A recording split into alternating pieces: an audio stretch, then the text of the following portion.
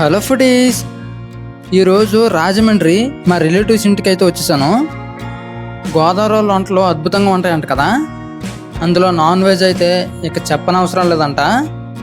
నేను వచ్చానని గోదావరి పక్కన లైవ్ షాప్ అయితే తెచ్చి మంచిగా ముక్కలు కట్ చేసి వండడానికి ప్రిపేర్ చేస్తున్నారు. ఇక వీళ్ళ రెసిపీ సీక్రెట్ ఏంటో చూద్దామని నేను కూడా ఫోన్ పట్టుకుని కిచెన్లోకి అయితే వెళ్ళిపోయాను. మీరు కూడా వీళ్ళ రెసిపీ సీక్రెట్ ఏంటో చూడాలంటే స్కిప్ చేయకుండా వీడియోని ఫుల్గా చూసేయండి. ఇక ముందుగా కట్ చేసుకున్నటువంటి ముక్కలు తెచ్చి అందులో ఉప్పు పసుపు వేసి నీట్గా క్లీన్ చేస్తారు. తర్వాత 2 టేబుల్ స్పూన్ జీలకర్ర, 5 పచ్చిమిర్చి, 4 ఉల్లిపాయలు, 2 తెల్ల ఉల్లి, 3 టమాటాలను తీసుకొని పచ్చిమిర్చి తప్పించి మిగతావన్నిటిని మిక్సీలో వేసి పేస్ట్ చేస్తారు. తర్వాత 100 గ్రాముల చింతపండుని నీటిలో నానబెట్టి స్టవ్ పైన కళాయి పెట్టి తగినంత ఆయిల్ పోసుకొని ఏదైతే ఆడించి ఉన్నటువంటి పేస్ట్ని ఆ ఆయిల్లో వేసి జస్ట్ అలా కలియ తిప్పి వెంటనే పచ్చిమిర్చిని అందులో వేస్తారు.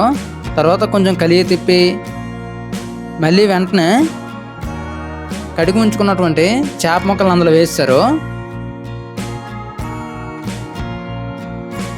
ఆ చేప ముక్కల్ని మంచిగా పేర్చి ఆయిల్ అన్నిటికీ కలిసేలా మంచిగా అటు ఇటు కలిగి తిప్పి వెంటనే 4 స్పూన్ల కారం, 2 స్పూన్ల సాల్ట్ వేసి అటు ఇటు కలిగి తిప్పేశారు.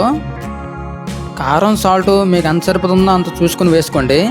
తర్వాత వెంటనే కొంచెం కొత్తిమీరను కట్ చేసి అందులో వేసి ఆ వెంటనే నానబెట్టి ఉంచుకున్నటువంటి చింతపండు పులుపును అందులో వేసి మంచిగా కలిగి తిప్పి ఒక 5 నిమిషాల పాటు అలా వదిలేశారు.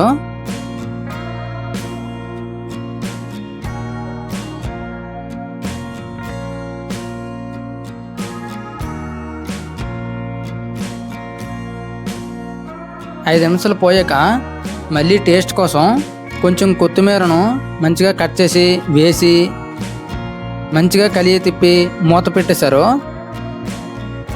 5 మినిట్స్ తర్వాత మన ఫిష్ కర్రీ రెడీ. ఇక మూత తీసి చూస్తే ఆ స్మెల్కే సగం కడుపు నిండిపోయిందండి. నిజంగా స్మెల్ అయితే అదిరిపోయింది. ఇక టేస్ట్ విషయానికి వస్తే వారేవా గోదావరి వల్ల చేపల పులుసు అదురుసండి. అందుకనేమో గోదావరి నాన్ వెజ్కి దాసోహం అంటారు. నిజంగా సూపర్ అనుకోండి.